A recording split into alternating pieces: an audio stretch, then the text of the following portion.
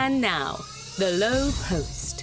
All right, let's bring in the man commonly known as Band McMahon, because we're going to talk about a couple of Western Conference teams that I think have, I won't say gone under the radar for one of the teams, but I think the discussion has sort of veered in directions that I want to take it in a different direction. Tim MacMahon, how are you, sir?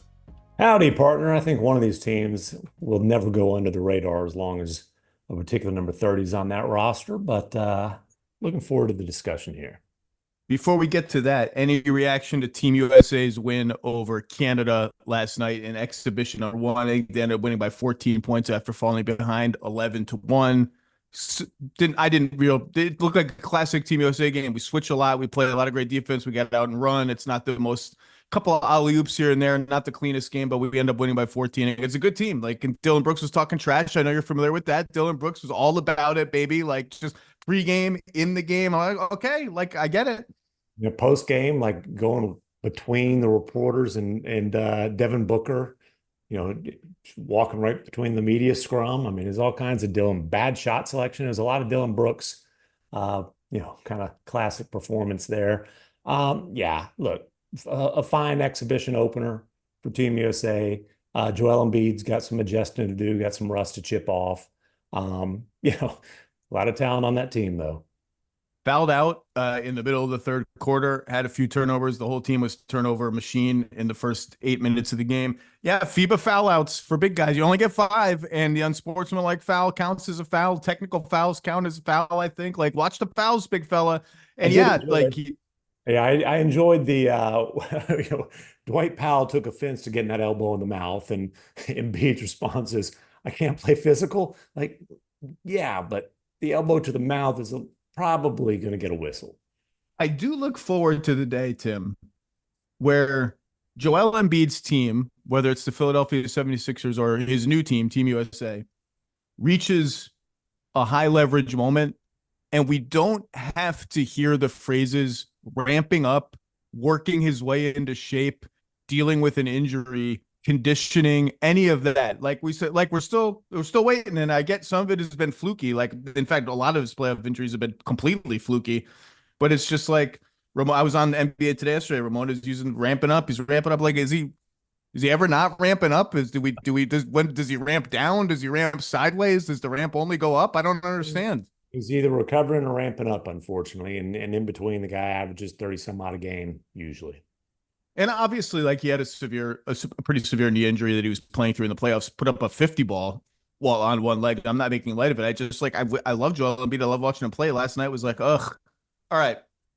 Any strong thoughts? The other big Team USA story of the day yesterday, which involves shoe companies and Grant Hill dropping a Fila reference, which I hadn't even thought of that for like 25 years, was Jaylen Brown not only being excluded from the original Team USA roster, but when Kawhi Leonard withdrew, as I talked about before, Derrick White, Team USA veteran, Jaylen Brown has also played for Team USA in 2019, gets the last spot over Jaylen Brown. The monocle emoji made an appearance, a triple monocle emoji, and then a vague tweet at Nike. Is this what we're doing here? Seems Jaylen Brown is upset. He is the Finals MVP. He was the Eastern Conference Finals MVP. All NBA snub, but made it last year. Does he have a right to be upset, Tim MacMahon? My thing is, like, what was the surprise? Woj reported like over a month ago, I think, that I'd forgotten about that. if they needed a replacement, it was going to be Derrick White. Look, Kyrie Irving, he wanted a spot too. He didn't get one. You know, he mentioned at the time the team was announced, you know, I just wish it was like the old days where you come to camp and earn a spot, but it is what it is.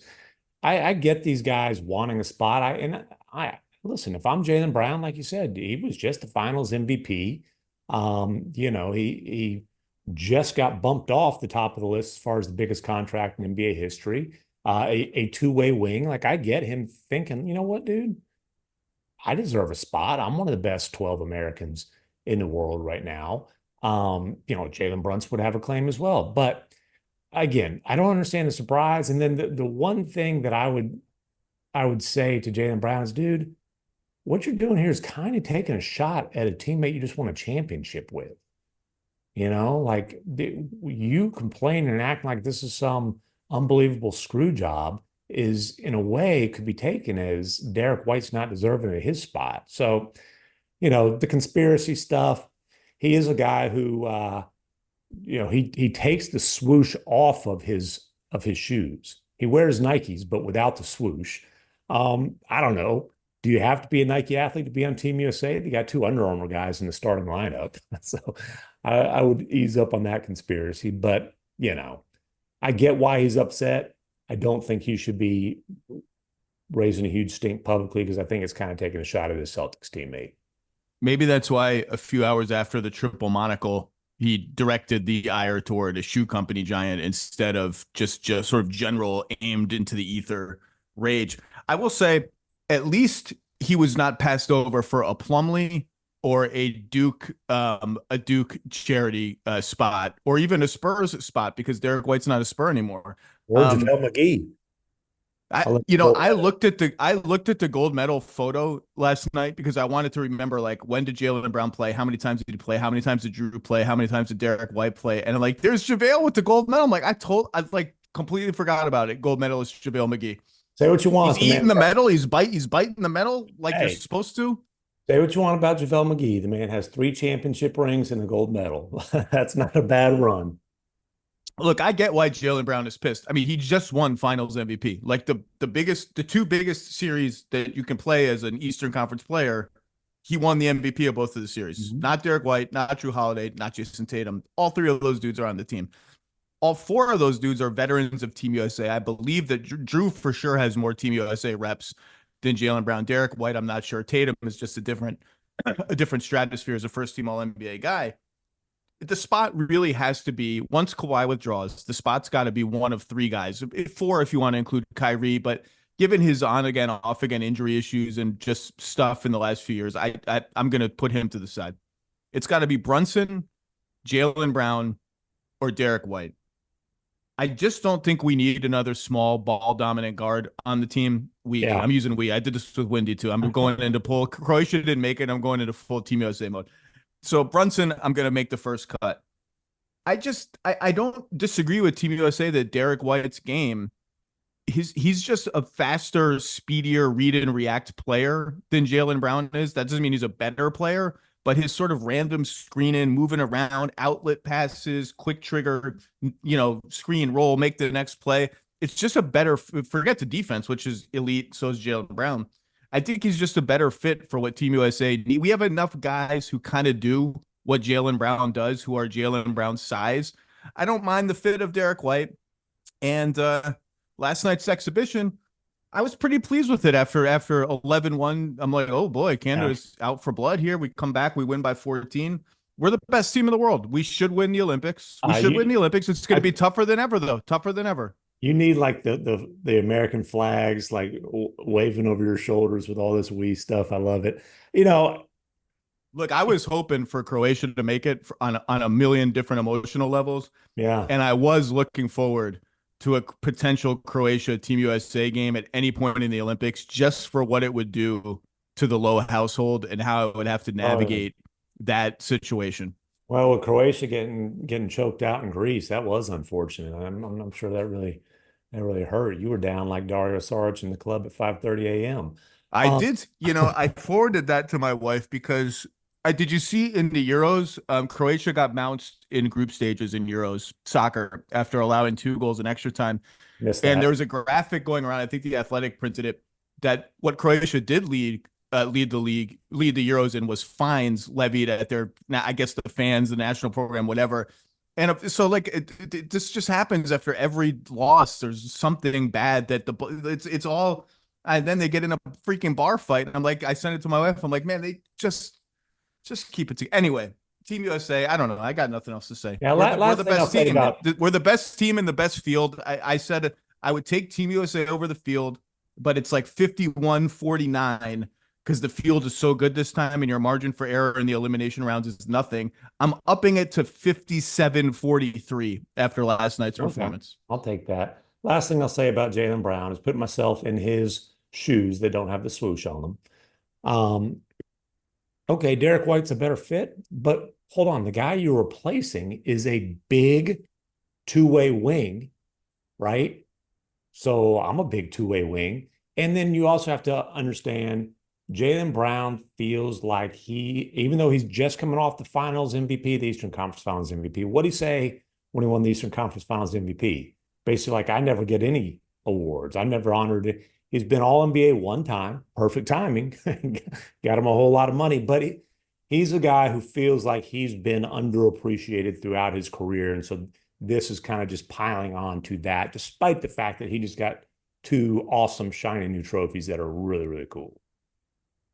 Enough Team USA. We got a long exhibition season to go. Windy's airborne right now to some exotic location, and he's just he's got a layover in DFW.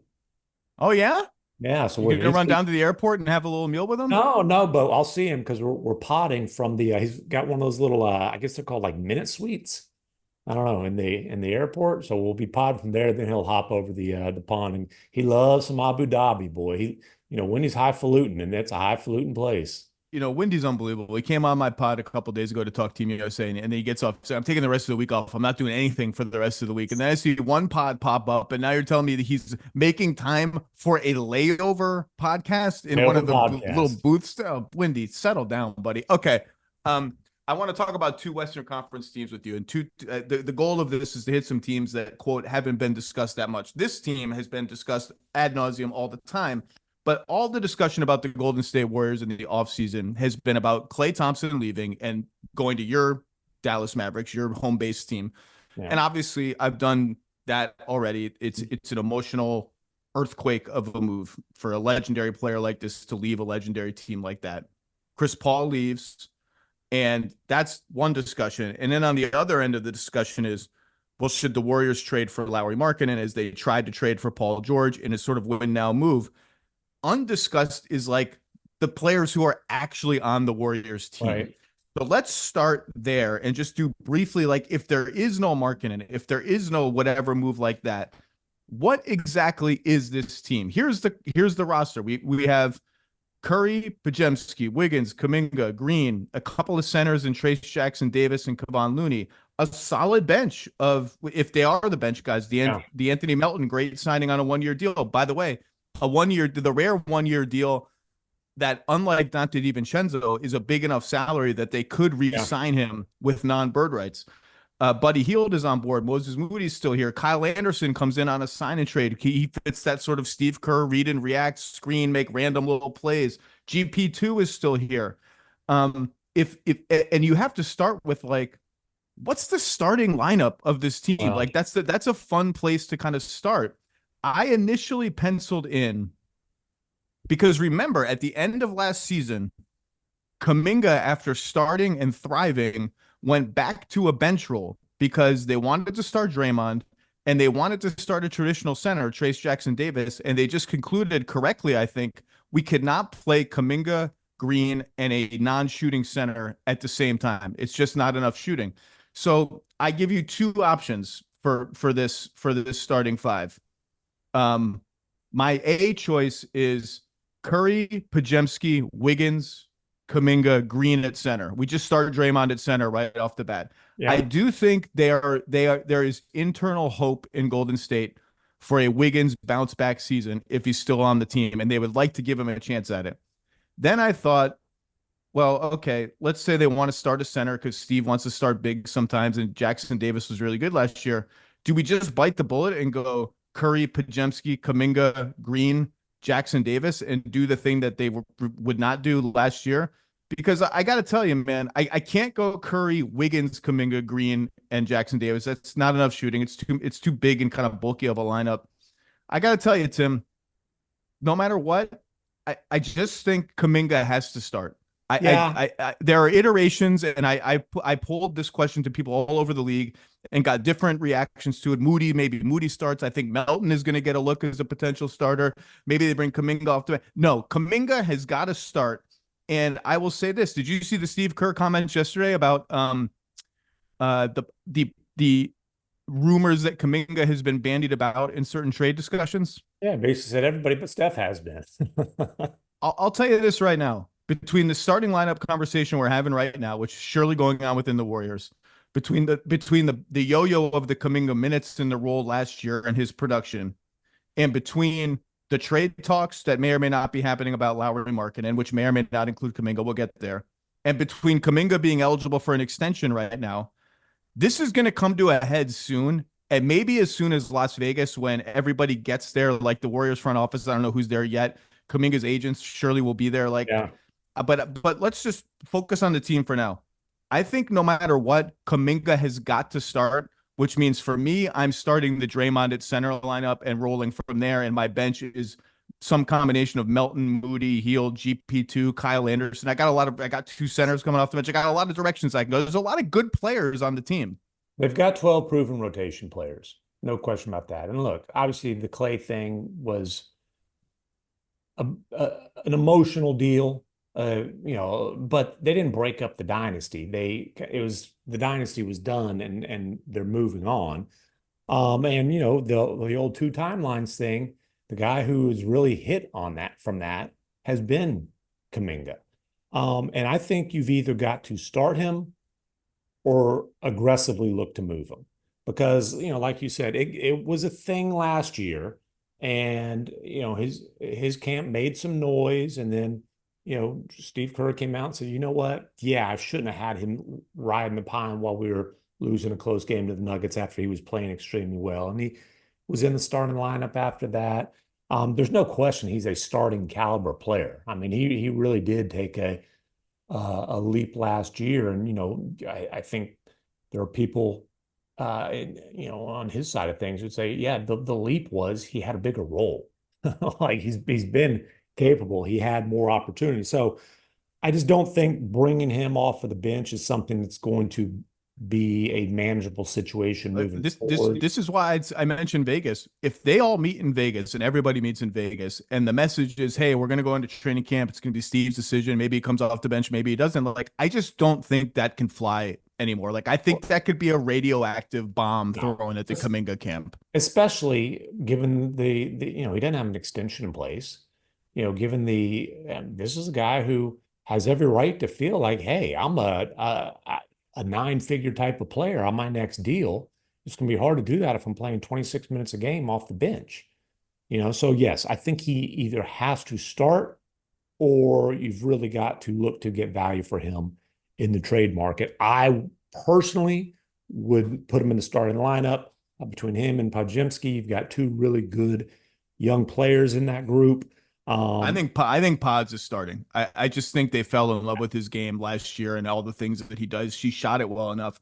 I think you can make an argument for Moody. I think Melton would get some looks, and maybe both of those guys get looks in the Wiggins spot if that goes south. But I think Podziemski goes in ahead of those guys as a potential starter. Well, yeah, and look, he was starting over Klay Thompson for a decent chunk of last year. I mean, if you're going to make that move where you're putting a Hall of Famer who helped deliver 4 championship parades to the Bay Area on the bench, then yeah, I think you can put Moses Moody and, Gary Payton II and whatever else on the bench behind him. I'd go with I think you said your A starting lineup. That would be my personal thing. They do have 12 legitimately proven rotation players, which you could argue is too many. You could also argue that with what they've done to shed payroll and increase their flexibility, they are primed for some sort of aggregation deal for sure. Well, one thing they don't have is a traditional backup point guard. We'll see, Draymond can play that role with the bench unit. Like Kyle Anderson can kind of finagle into that role. Like there are ways around that.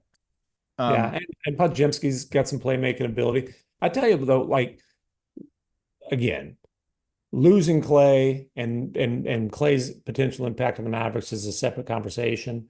But what they were able to do in that deal where they got a poor man's version of Clay just in terms of a volume three-point shooter in Buddy Hield.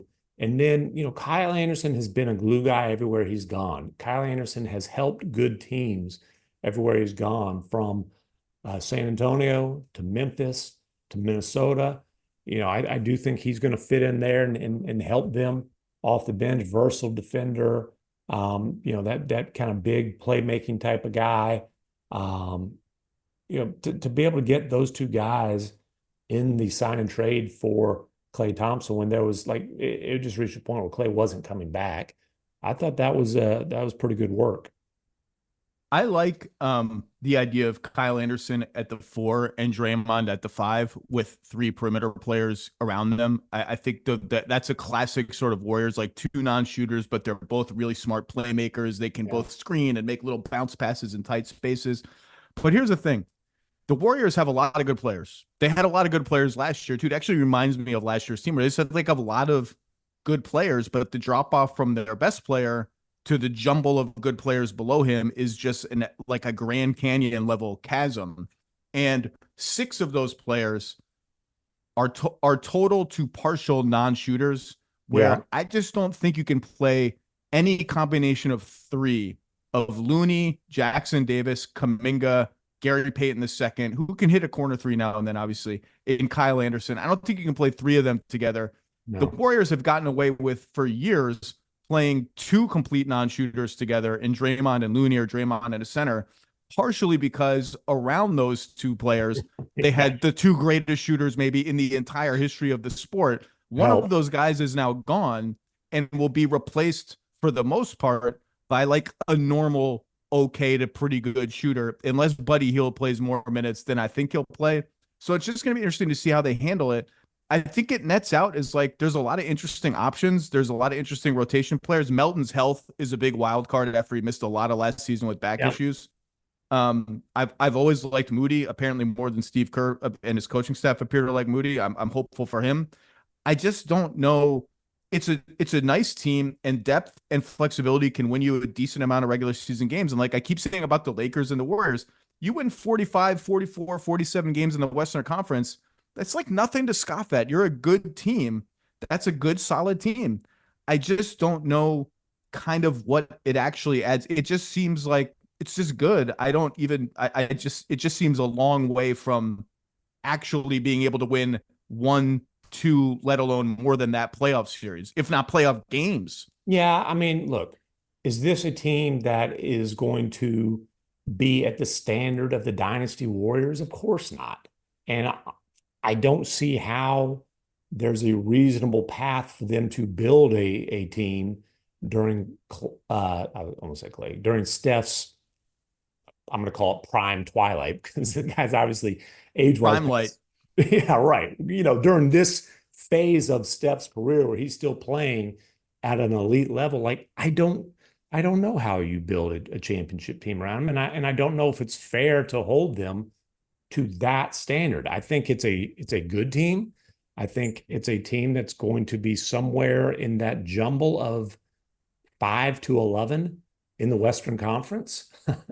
Can they win a playoff series? If they win a playoff series, I would say that this has been a really successful season, given where this franchise is, and more so where the rest of the Western Conference is. And that's okay. Like Steph Curry riding out the twilight of his career on a good, competitive, interesting team with a youth movement coming behind him is a totally okay way for a dynasty to peter out. That's what happens. Old players get old, and the young players who are supposed to kind of pick them up when they get old are not ready in time to pick them up before they're really too old. And one of the old guys is now gone. This is like a perfectly normal and fine outcome. And I keep saying this. We're like, well, there's got to be a fairy tale ending. Like, how can we get the fairy tale? The fairy tale ending happened in 2022. That was the fairy tale ending for the Golden State Warriors dynasty, or semi-dynasty, or whatever you want to call it. That brings us to how many legends get a fairy tale ending? Like David Robinson. But I mean, come on. Like, it's hard to have a legendary 20-year run and go out on top. I mean, hashtag light years, they coined this 2 timelines phrase like it was a plan, and it was never a plan. Kevin Durant left in free agency. Klay Thompson hurt every part of his lower body. Steph Curry broke his hand, and then all of a sudden it was like, oh, we got the number 2 pick in the draft. I don't want to overdo the Wiseman thing. That's the fork in the road moment that they had to hit for this non-plan / plan to actually work. They didn't hit. Here we are. So here's the question. Markkanen is the biggest name on the trade market if he's on the market. And I do believe, despite the skepticism around the league, oh, here's Danny Danny's doing his thing. You give us 19 first-round picks and 45 swaps, and yeah, we'll move. Danny's got a price. He knows what the price is. In the end, it won't be. I mean, I was gonna say it won't be ridiculous. It probably would be ridiculous, but there's a price where he'll move Lauri Markkanen because the Jazz know we can't just do this thing every year where we pick 10th. Yeah. We know who the next two drafts are. What the guy who's the headliner of the 2026 draft, I believe, just transferred to a high school in Utah, right in their backyard. They know there's a price. There's also a possibility that they bump him up on August 6th and extend him and say, well, we think he has more trade value on this extension, especially if we can wink, wink, get it below the max. I don't know that that will be palatable. Maybe it will. Markkanen likes it in Utah. He also wants to win. Like at some point he wants to win, and he's watching them in summer league. He knows the roster. He knows what's coming. So here's the question. If you're the Warriors, what's the price for Markkanen? What is the deal for Markkanen that leaves enough in the cupboard where you can look at your team and think the price we have paid in future assets, in youth, in picks is worth it because A, Markkanen is 27, so he's going to be here a long time. And B, we have enough to actually make a deep playoff run right now. And so I would put it like this. Well, I'll just phrase that question to you open-ended. You go ahead.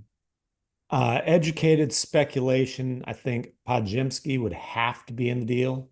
Obviously, you're talking about a ton of picks. I don't know how much the Jazz would press on Kuminga. I do think, like, if Podziemski's not in the deal, there wouldn't be a deal. So Podziemski and 3 to 4 Warriors first-round picks and swaps, unprotected, betting against the Warriors going forward with Steph aging and Markkanen as the guy, and Draymond aging as well. And as I've said about the Lakers picks, people just say, well, 2 first-round picks, do whatever. Like, if they're unprotected, those picks from an old team, I don't care that they're in a big market that's got free agency interest before, like, those are valuable pieces. I put it like this. The question that's for me is, I think some team could beat Podziemski in picks. Podziemski plus filler plus picks. Well, and what we don't know, or at least I don't know, is what is San Antonio's appetite to take a big swing right now? Because I tell you what, man, Markkanen next to Wemby, you could talk me into the Spurs getting pretty good pretty soon. Yeah, they've been my favorite Markkanen team for a while now. But they have extra picks, a lot of extra picks, including 2 Hawks unprotected and an unprotected Hawks swap. Like, they've got some high value picks as well. If San Antonio wants to really take a swing and it's, hey, we're going to move Markkanen to the highest bidder, which I shouldn't say that. The bidding is high enough that we're going to make a decision and move him to the highest bidder. If San Antonio wants to pull it off, I think the Spurs absolutely could pull it off. Again, I don't know what what the Spurs have done this summer has been a very patient approach, even adding draft capital down the road. Which they could trade too, like those swaps in 2030 and 2031, Dallas, Minnesota, Boston, there's another one I'm forgetting. Like, those are valuable. Yeah. Who else did they just do? Sacramento. That's right. And they got Barnes is a very tradable contract. CP3 obviously is a tradable contract. I mean, he's not going to play in Utah, but Keldon Johnson's a tradable. Like, if the Spurs want to take a huge swing, they absolutely can. But I like what they've done in the sense of they've kept their trade powder dry while putting a couple vets who will be great for the young guys on that team and help them field a competitive, structured, organized team this year. But not only keeping the trade powder dry, but adding to it. So again, I don't know what the Spurs' appetite is for trying to make a not just a win now move, but a win for a while move this early. But if they wanted to, they could. Yeah, I feel like there's part of I bet it's a debate within the Spurs front office. I wonder the degree to which they've now made these transactions for CP and Harrison Barnes, gotten the draft equity that they got, and are sort of like, all right, let's just see Yeah. like what this team looks like when we get it all together versus let's make another big splashy move. And You know, I've said this before, like I can see the Markkanen Spurs negotiation, should they ever happen, made or broken on Devin Vassell. Like I if I'm Utah, like I need that guy both for my team and if I want to trade him down the line. yeah. He's a good player on a good contract now. And if I'm the Spurs, I'm like, man, that's like central casting dude I want around Wembanyama. Like, I don't know if we're ready to do all of that for Lauri Markkanen. So I could see it breaking down there. But who knows? I don't know. Yeah, and the one thing that has been pointed out to me by people around the league is Markkanen's trade value might be highest if you get the extension done with him first. And like you said, the extension date is August 6th. As Mark Stein, I believe, is the first to point out, if he signs that extension, he's not eligible to be traded until February 6th, which is the trade deadline. Now, obviously, you can have the negotiations in place. You can have those discussions. It's not like you can't talk about a Markkanen trade until it's February 6th. Now we can start discussions. You can have those discussions. He might get a sore back in late January, early February, whatever the case may be. But this goes back to you saying, well, hey, Markkanen wants to be in Utah. I would strongly recommend to Lauri, if there are extensions, you get every single dollar that you can, because taking less probably increases the odds, if anything, of you being moved. Well, and this is why, even if he had any interest in pushing for a trade now, and I've not ever been told that he does, this is why he wouldn't, because he can sit here and wait and be like, all right, it's August 6th. Like, we've agreed on this. Give me the money and then figure it out later. Yeah. But if they don't figure out the money until August 7th, he can't be traded this year. Yep. And it's an interesting little wrinkle in the CBA. Speaking of Utah, and I think next week I'm going to hit some of the other, we'll call them bad to rebuilding teams in the league. One of the issues, like I was thinking about Portland a lot and the next two drafts, and Utah and the next two drafts. Like, it'll be interesting to see the appetite that some of these teams have for actually staying bad for another year or two. Because if Portland's bad the next two seasons with an eye on, okay, we take one, and obviously some team will get Cooper flag and be like, all right, we're done being bad. But lots of teams won't. And then the next draft is loaded too. That would be 5 straight horrible seasons for the Blazers and 4 straight horrible seasons for the Jazz. I think the Hornets are in an interesting spot where I'm going to do something on them next week. I think they're actually like positioned to be a little bit more competitive than people think they're going to be next season if they're healthy. Do they want to be? Would they dare take a step back kind of thing at the trade deadline? And like, usually you get to year 3 of being bad on purpose. Yeah. And fans in most markets, not Orlando, where fans seem infinitely patient and it's paid off for them now, are like, are we just like, we're just like, it's been going on a while now, like 5 years for the Blazers in theory. Like, it's a long time for a small market team to just be like, hey, we're just, we're playing the long game. It's like, well, how long is the game? Like, is it Kings long? Like for 15 years? Is that the game? Yeah. Listen, the one thing I would say is it really their choice? Like, if you try to get good, I don't think that's like just an option. If you try to get good right away, maybe like if we're talking about Portland, maybe Scoot Henderson after a really rocky rookie season, like things click and he does look like the guy who a lot of people thought had star potential. Scoot Henderson even starting next year? I don't know. And I would bet against it. And look, the Blazers right now as of now, pre whatever moves the Blazers might make. Yeah, the Blazers right now have a weird roster where like the pieces don't all fit. They've just been in talent acquisition mode without worrying about fit. I mean, they took the medium-sized swing to get the Ayton deals, but a big swing in terms of the financial side of it. And now they just drafted a guy who they have 4 centers on their team if you include Jock Reith as a center, which he is. I think it's too many centers. And then one of them, Donovan Clingan, is clearly the guy who they hope and believe can be their franchise center for a long, long time.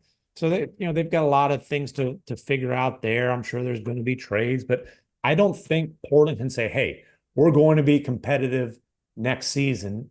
And I just don't think it's a realistic goal. I would say the same thing about Utah. Utah is particularly interesting because guess who owns their first round pick? Along with every other first round pick known to man.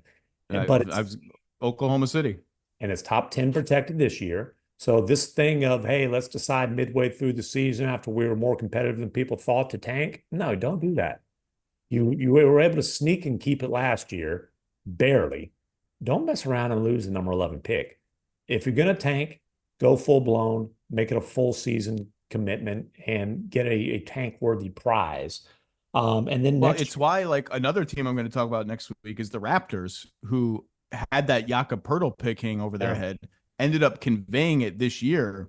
And I think one of the reasons they were okay conveying it this year was they know what the next 2 drafts are, and I think the Raptors probably right now are too good to tank with the team that they have right now. But at least like you get the clarity of, we don't have to go through the season of like, what's our record? What are the chances? What are the odds? Like you get the clarity of, we either do or don't own our pick. And the Jazz could get that clarity very easily in this case. Well, and that's one reason why I thought last year might not be the year to pull the midseason tank. And they ended up getting the 10th pick.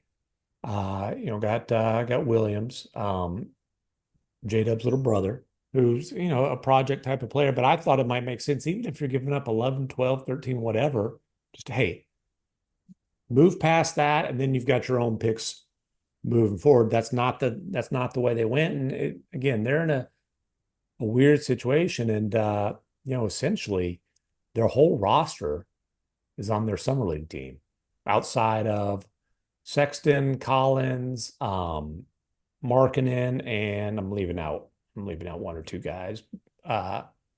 Clarkson. Yeah, Walker Kessler with the improbable Team USA to Summer League transition within a calendar year that's the Kessler, and I don't know that it'll ever be done again. No, and I'll say this: I give him credit because a lot of times, like, he didn't have to go to Summer League. He was asked to go to Summer League. Especially, like you said, his Team USA, he has been a part-time starter, a productive player in the league. Last year was a disappointing sophomore season after a really strong rookie season.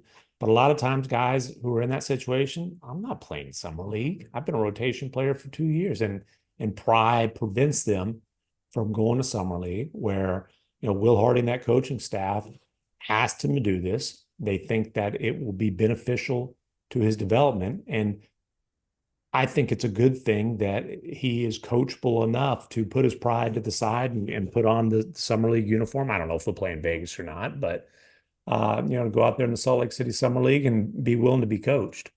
And to be clear, I still have medium to high hopes for Walker Kessler. His defense is completely legit. Like Yeah. You can poke little holes in it here and there, like typical young guy holes, but his defense is real.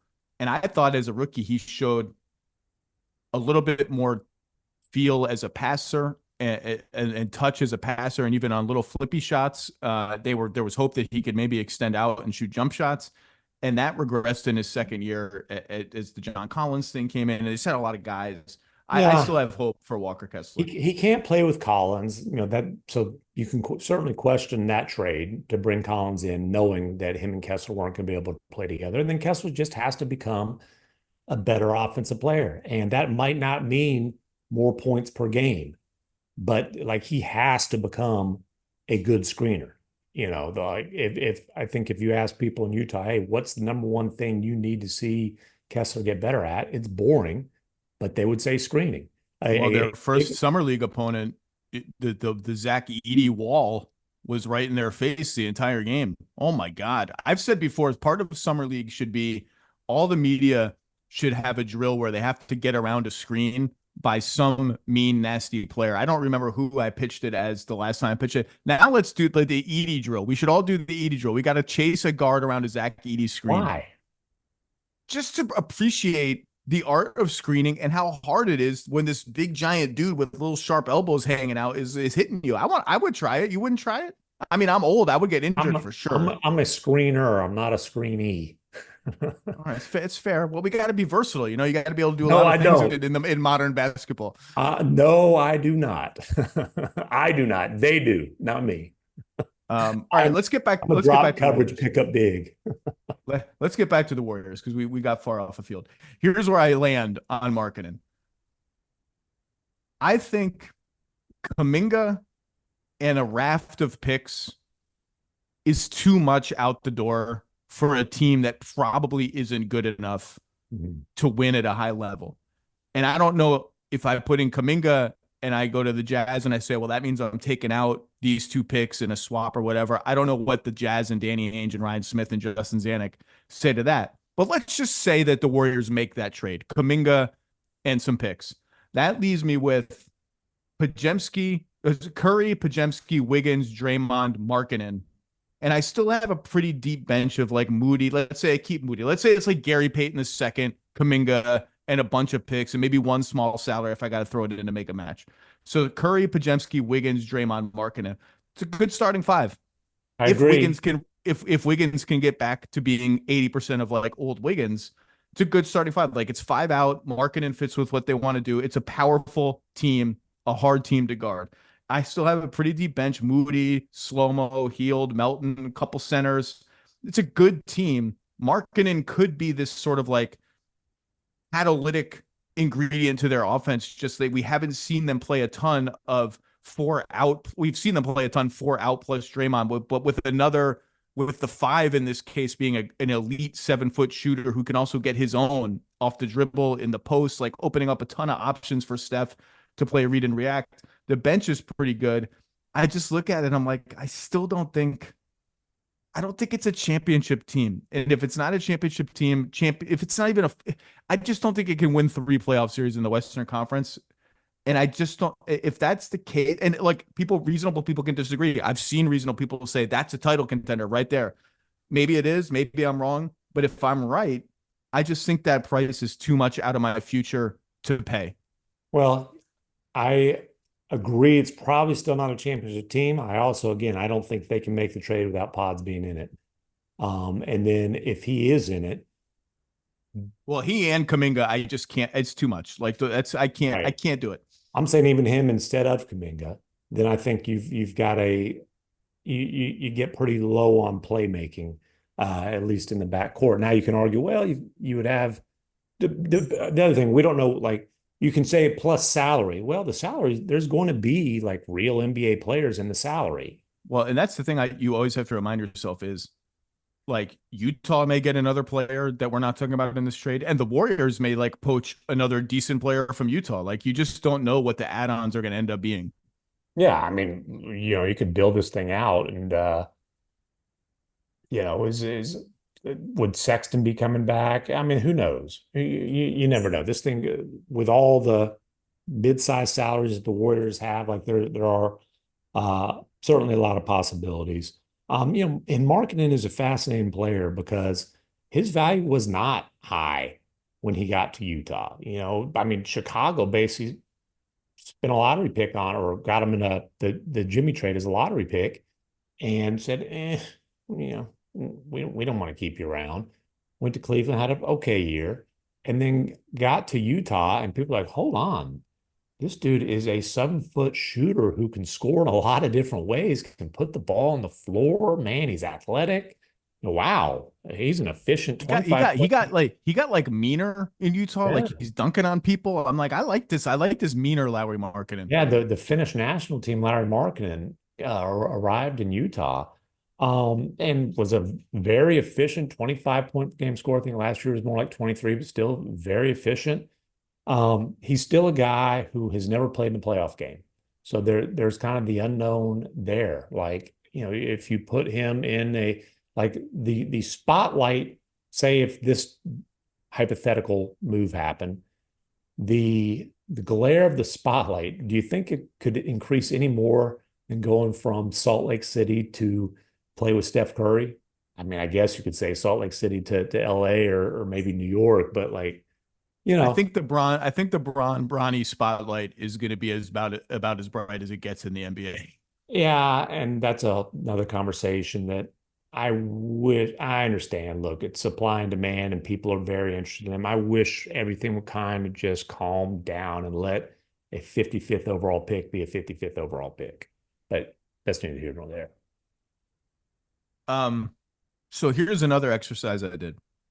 I said if Kuminga and a lot of my draft equity is too much for Markkanen, I think Markkanen is awesome. Now he's never made an All-NBA team, and he's 27. He's not 23 or 22. Kuminga's 22. There's 5.5 years difference between them. That's a big, big deal. And Markkanen is going to get a huge raise, obviously. Whatever. Mm-hmm. Let me try and construct a 3-team trade where I trade if I move Kuminga to a 3rd team. Say the Jazz don't want Kuminga for whatever reason, and that team sends a whole pile of stuff to Utah. All right. And I send a smaller pile of stuff to Utah. And so Utah gets all the stuff it wants. And can still be the Cooper Flag Derby. and we keep some of our stuff at least. And man, I texted Bobby Marks after about 90 minutes going around the league for teams that might really be dying to get Kuminga and 3 and 4 team trades. I started roping in like, could Jeremy Grant move around in some of these trades? And I texted Bobby Marks. I was like, man, I can't do it. Like I can't find one that makes sense. And he texted me back. He's like, yeah, I've been trying for like 2 days and I can't do it. And Cooper Flag is a big reason why. Because and he's not the only stud in this draft. This is Ace Bailey, all of it. Like all of these teams that you could plop Kuminga onto, like that team makes sense for Kuminga. That team makes sense for Kuminga. Like they don't want to win 6 extra games next season. And then you get into these like you start throwing Jeremy Grant, like can we triangulate over there? And then, well, that means Wiggins has to be in. And what about Brandon Ingram? Can we do something? And like the Jeremy Grant deal runs through 2028. It's not huge. It's in the mid 30s. It's Emmanuel Quickly money now, but it's like, it's just so long. The Wiggins deal has a player option in 26, 27. It's not big. It's just long. Ingram, like if there was a huge appetite to pay Ingram $200-something million over the next 5 seasons, somebody would have done it by now. That's just a really long contract. And I sat there and I looked and I did the exercise. I just could not do it for all of these different reasons. I couldn't find one. So I'm stuck, Tim. I'm stuck. And maybe the Warriors are stuck. And you know what? Maybe that's okay. I thought you had a 3-team deal. I have Utah, Golden State, and I got a 3rd column here. I thought you were going to fill it, and you let me down here. Did you fill it? Do you have anything? No, but you're smarter than me. I don't know about that. This ain't the band post. This is the Lowe Post. All right, so that's my Warriors thing. Good team. I think they're probably better than they were last year, but very similar. Okay, let's do 15 minutes on the Saddiq Bey deal with the Wizards. No, thanks. Let's just check it off. Saddiq Bey, 3 years, $20 million to the Wizards. The Hawks traded 5 second-round picks for him. He's no longer a Hawk. This is somewhere Sam Hinkie like got a little jolt of electricity yesterday because this is a process deal all the way through. Saddiq Bey is going to miss maybe the entire season recovering from an ACL. So he ain't going to help us win any games. Then he's on this contract, 3 years, $20 million, where it's like they might as well put trade asset on his jersey when he comes back healthy and starts playing well, similar to how they extended Rashawn Holmes and turned him to a walking trade ad. This is just like, the Wizards are just going full on, finally process oriented, capital P. Overdue.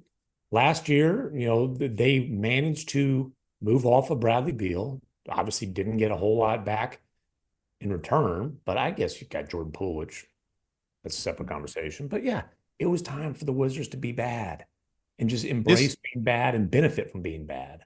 This concludes the our year of Washington Wizards content on the Lowe Post podcast. Until we discuss the Kyle Kuzma trade possibilities at some point. Or his fashion, or if they bring the Cherry Blossoms jerseys back. Hey, we had one good jersey in the past 25 years. We can't use it again. I want to talk about a team, another Western Conference team that is close to your heart, has not been mentioned hardly at all, in the offseason. Well, other than recently because of Summer League of all things. Yeah. And I keep hearing this team, Tim, top 4 in the West, locked in regular season standings, just lock it in. Oklahoma City, the biggest winners of the offseason, agreed. Minnesota, Titanic, almost went wire to wire with the number 1 seed last year. Obviously didn't get it in the end. Denver, still Denver. Like, I know KCP's gone. They still got the best player in the world. Still Denver. And then Dallas gets the sort of finals. Like, we finally figured out what this team is in the playoffs. They finally figured out what they are. Yeah, they traded 3 rotation players out, including an important starter in Derrick Jones Jr. Got 3 back. We think they're incrementally maybe a little bit better as a result. Certainly more shooting. Clay, Najee Marshall, and Quentin Grimes in, Hardaway, Green, Derrick Jones Jr. out. They'll pencil him into the top 4. And then it's like, well, Phoenix still got this big 3 together. They got Monty Morris. And, you never can count out this team. And Sacramento just made a big trade. And I'm like, yeah, anyone remember the Memphis Grizzlies? Won 56 and 51 games the last 2 years before the whole team went haywire and got injured and Ja did whatever Ja did. And they're coming back next year. I think Ja's going to start the season healthy. Yeah. Marcus Smart's going to start the season healthy. And they added Zach Edey in the draft. I think their bench is a little bit of a question mark. They're really hoping that G.G. Jackson Jr. was a real thing. They still have to try to re-sign Luke Kennard and stay under the tax. Mm-hmm. But man, I think people and I know they haven't carried over their success from the regular season into the playoffs. Injuries have had a lot to do with that, particularly against the Lakers 2 seasons ago. But the evidence we have in front of us suggests that a healthy Memphis Grizzlies team is a regular season wins machine. Mm-hmm. And I can't wait to see what their over-under is, because as great as Dallas was in the playoffs, they have the best player between Dallas and Memphis by a lot, and maybe a top 3 player in the world. No, maybe a top 3 player in the world, an MVP candidate every year. I don't know that I'm ready to just pencil them in for more regular season wins than the Memphis Grizzlies. Like, this team is coming back for everything next year. They're hungry. They're deep at the top. And you look at their starting 5, Morant, Bane, Triple J. Like, that works. We know that works. Triple J expanded his scoring game last season because he had to. His efficiency went down. I think that will all help him when he has his best players around him next season, and the efficiency will go back up, and the experience of being more of a scorer, more of a hub, more of a passer will help him. Marcus Smart will start. And then the 5th spot it could be Santi Aldama with Jaren Jackson Jr. at center. It could be Brandon Clark. It could even be Zach Edey now and then. Zach Edey. It's going to be Zach Edey. I'm not convinced that it's going to be Zach Edey every game. I don't know that we've seen enough quite yet. Matchup wise, it could be in certain matchups, definitely Zach Edey.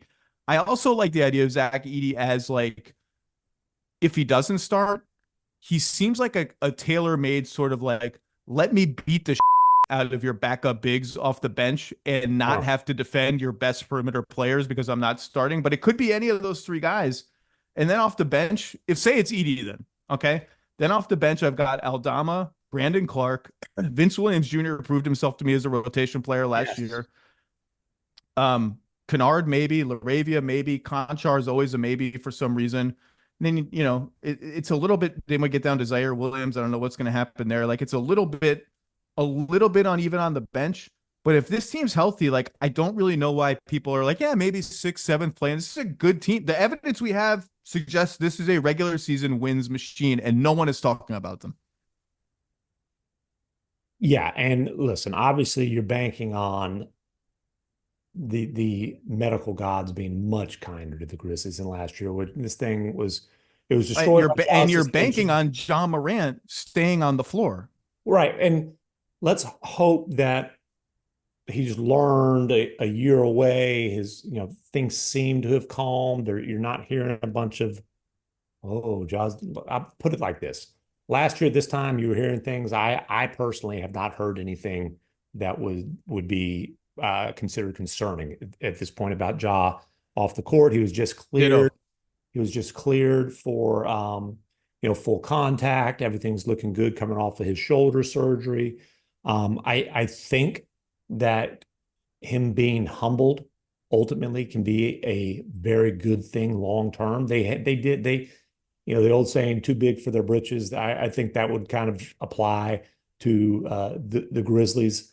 at the end of that 56-year or 56-win season. Now, which was cool. Like you kind of liked it. Like you kind of like the only way for this team to punch this heavy this early is to just be so arrogant that they're like, we don't even know any better. Like I liked it. Yeah, and I wrote about it in the middle of their first 50-win season about how fun and refreshing it was, and then it got to a point where it was like too much too soon, and then the Dylan Brooks thing, he was a big part of that, and that it just got out of hand.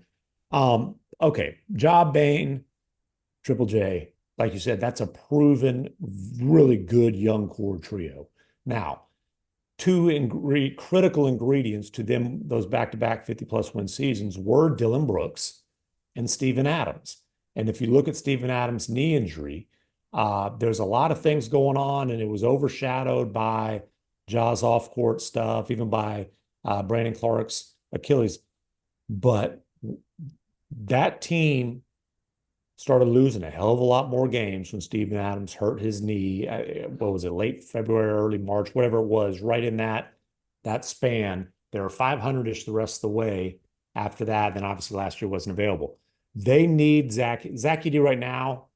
Actually, after the 15-point, 14 rebound, I don't know, maybe it's the other way around, summer league debut against Walker Kessler, like against a legitimate starting caliber NBA big, he became the rookie of the year favorite as far as the betting odds that night. I'm not saying that he has to be rookie of the year, but he has to be a really productive rookie, I think, for this team to have a chance to be in the real thick of things in the Western Conference in terms of, you're saying, potential top 4 type of team. I don't see why they're not listed as a major candidate for a home court playoff series, other than just skepticism of like, we haven't seen it in a while, and is Ja going to be reliably available? Again, I think you can Edey replace what Adams was giving them, and then he is going to give them more offensive punch. Like, he's going to be a better scorer than Steven Adams was. But can he replace, the toughness, the physicality? Obviously, Adams, he does a lot of vet type stuff. And then, Marcus Smart, they felt clearly like he was an upgrade over Dylan Brooks, but they are a pretty small team 1 through 3 now. They're a pretty small team. Now they're massive at 4 or 5 if Edey's starting. You mentioned Vince Williams Jr. though. That guy is a He's good, legitimate, big perimeter defender. I mean, that guy is tough. And he was kind of overtaxed as a playmaker last year. And if I have Ja and I have Smart and I can stagger them, that kind of solves my Tyus Jones problem and Kennard, if they bring him back, can do a little. Like, they have enough, I think. Yeah, and they're not a great shooting team. That gets back to the Kennard thing. Can they bring him back? Obviously, they've expressed optimism that they could. They definitely need some more shooting. Yeah, I mean, now I see one really good shooter on the roster, Desmond Bane. And he is a capital S shooter on the move, off the dribble. Whatever you need. Another guy who both Bane and Jaren Jackson Jr., I think, are going to benefit from having to stretch their skill sets to the absolute boundaries without Ja Morant, and in Jaren Jackson Jr.'s case, without like everybody. Like, here's a Jaren Jackson stat. He averaged 11 isolations per 100 possessions last season, according to Second Spectrum. Scored over a point per play on those, which is sort of the watermark for, are you good at it or are you not good at it? He had never, so 11 per 100 possessions. He had never cracked more than 4.5 per 100 possessions in any season. He doubled his assist average. Now he doubled it to 2.3 a game. So it's not like he became Nikola Jokic as like a big man hub, but he flashed some passing skills on the move, like pump and go, screen, roll, dish, that I think like his efficiency fell to 44% from the field, 32% on threes, 50% on twos.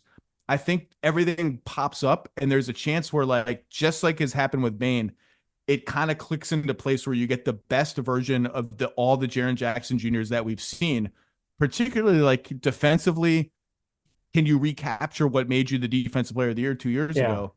I think there's a chance for that. And the most interesting thing about them is they've taken these big swings on Zaire Williams. They traded up to get him. I think Trey Murphy III was the pick on the other end of that trade with New Orleans. Yeah. They made a semi-meaningful, though they didn't sacrifice a ton of draft equity for it, Justice Winslow trade. Like they've taken big swings at that wing archetype. They sniffed around Mikal. They didn't sniff around. They made a big offer for Mikal Bridges as soon as the Nets acquired him. Didn't get him. I don't really think they were in the Derby. Like New York eliminated the Derby for Mikal Bridges. It was a one-team Derby once they threw out that many picks in. The Grizzlies still have all their picks, plus extra swaps, plus extra seconds. And because Morant did not get a supermax, and Jaren Jackson Jr. is on this declining contract, eligible for an extension, but they don't have to do it now. Bane's contract is going to age well. They have a window where they have the weaponry and the financial flexibility to strike for another guy if that guy becomes available and not find themselves in an absolutely crippling long-term financial position. And their owner, Robert Pera, is one of the richest owners of the NBA. I think they will pay the tax if and when they find a team that's sort of quote unquote worthy of it. I think this is now, and right now, like they don't need to make a move right now. That move is like theoretically down the road. I think they're smart to be like, let's just see. It's been a while. Let's just see what this team is. I think they're going to be really good. If all the ifs, if at least a couple of the ifs, mostly Morant, hit. If Brandon Clark looks like Brandon Clark again, yeah, I think this team's going to be a really good team. And people just kind of have forgotten about him, I think. Yeah, and Brandon Clark coming back at the end of last season, that was obviously encouraging. Jaren Jackson Jr. ultimately might be, again, if there's reasonable health, Jaren Jackson Jr. might be the one who determines the ceiling for this team. He's always been not the wild card, but exactly what you just said. Well, and the unicorn thing with him and Ja's rookie year, his second year, this guy shot 39% from three and is, swatting everything and thinking, holy moly, like, dude, perfect fit. And he just hasn't shot three well for the most part since then. Only one season in the last four, he's been over 35%, 32 last year. You have to look at it right now and say that 39% was the exception. But again, if he can be that, not even a stretch four, because he is like the guy at 6'11" and a big body is capable of doing so much offensively. Like he makes moves off the dribble, full speed spin moves. You're just like, woo. And he can play the four next to Edey. They had to get a big because for whatever reason, despite being that big and athletic, Jaren Jackson Jr. just is not capable of playing center, doesn't rebound nearly well enough to play center. They felt like Edey's a phenomenal fit. I'm very curious to see how that is going to go. Obviously, they're a team that wants to play fast. I don't know that he's suited to play fast. And, it's interesting. You mentioned, in hindsight, clearly when they made the trade, the center swap, Valanciunas for Adams, that was also, as you pointed out, in large part about the picks. You wish you can go back and say, no, we'll take Trey Murphy there. Thank you very much. But, one reason I think that they decided, hey, let's go get Steven Adams is instead of Valanciunas, who was productive for them, is because they wanted a big who didn't need post-ups, right? Because a post-up is taking the ball out of your superstar point guard's hands. They wanted more of a role player type of big. Now, they think the Edey job pick and roll can be super productive. Like as you said, the guy is a wall setting screens. He's not, your traditional lob threat in terms of they're going to supersede. They're going to see.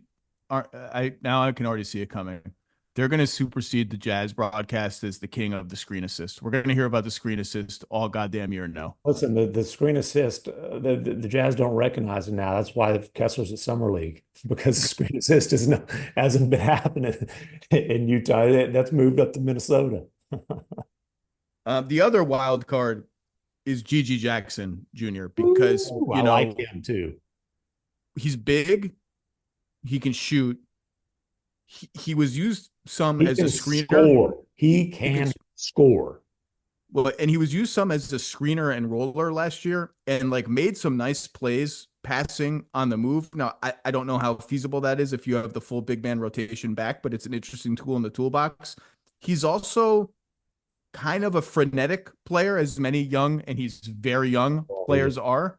And there's a world where if this team is playing meaningful basketball games and he's in a slump, the coaching staff, which they remade, by the way, loses trust in him for bits and pieces of the season. But he's the other one, like, that's the moonshot pick. If that, and I don't want to say if it hits like, oh my God, GG Jackson becomes a star.